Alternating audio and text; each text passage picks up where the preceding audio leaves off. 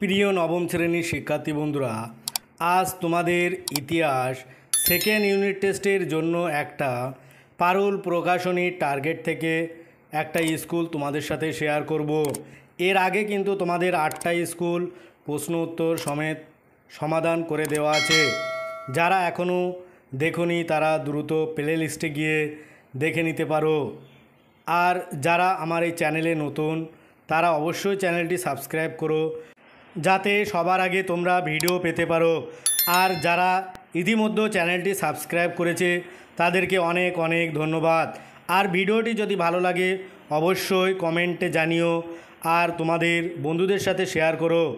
আজ এমন একটি স্কুল তোমাদের সাথে শেয়ার করব যেগুলি কিন্তু তোমাদের এর আগে দেখা যাচ্ছে যে স্কুলগুলো তোমাদের ভিডিও করে দিয়েছি সেরকম কিছু কিছু প্রশ্ন তোমাদের এতে আছে আর কিছু ব্যতিক্রম আছে, সেগুলো তোমরা একটু দেখে নেবে।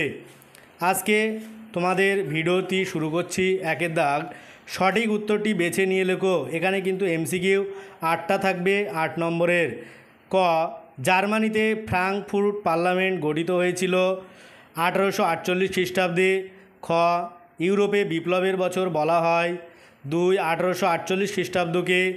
গ, দাস ক্যাপিটাল লিখেছিলেন কার্ল মার্কস। ঘ, বাষ্প ইঞ্জিন আবিষ্কার করেন জেমস ওয়াট। মুসোলিনির উপাধি ছিল ইল দুচে। চ, রুশ বিপ্লব হয়েছিল 1917 খ্রিস্টাব্দের নভেম্বরে।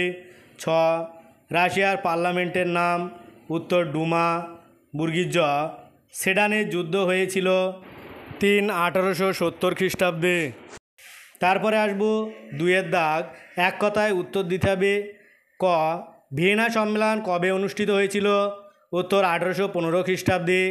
খ, কোন সময়কাল মেটার্নিক যুগ নামে পরিচিত? উত্তর 1815 থেকে 1848 খ্রিস্টাব্দ পর্যন্ত। গ, লেনিন কোন পত্রিকা সম্পাদনা করতেন? উত্তর ইস্ক্রা। তারপরে আসবো সত্য বা মিথ্যা নির্ণয় করো।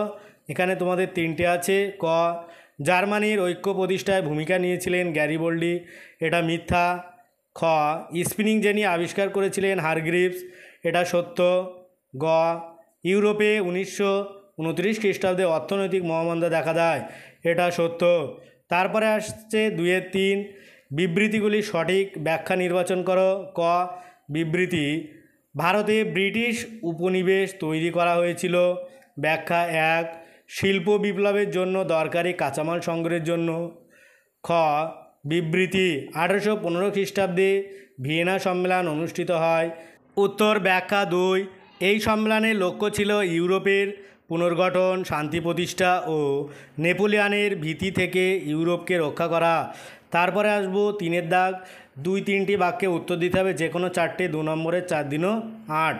ক, জোল ভেরাইনের গুরুত্ব লেখো। খ, যার দ্বিতীয় আলেকজান্ডার স্মরণীয় কেন? গ, ঘেটো বলতে কী বোঝো? ঘ, সমাজতন্ত্রবাদের বাইবেল বলতে কী বোঝো? কাকে কেন অন্ধকারাচ্ছন্ন মহাদেশ বলা হয়?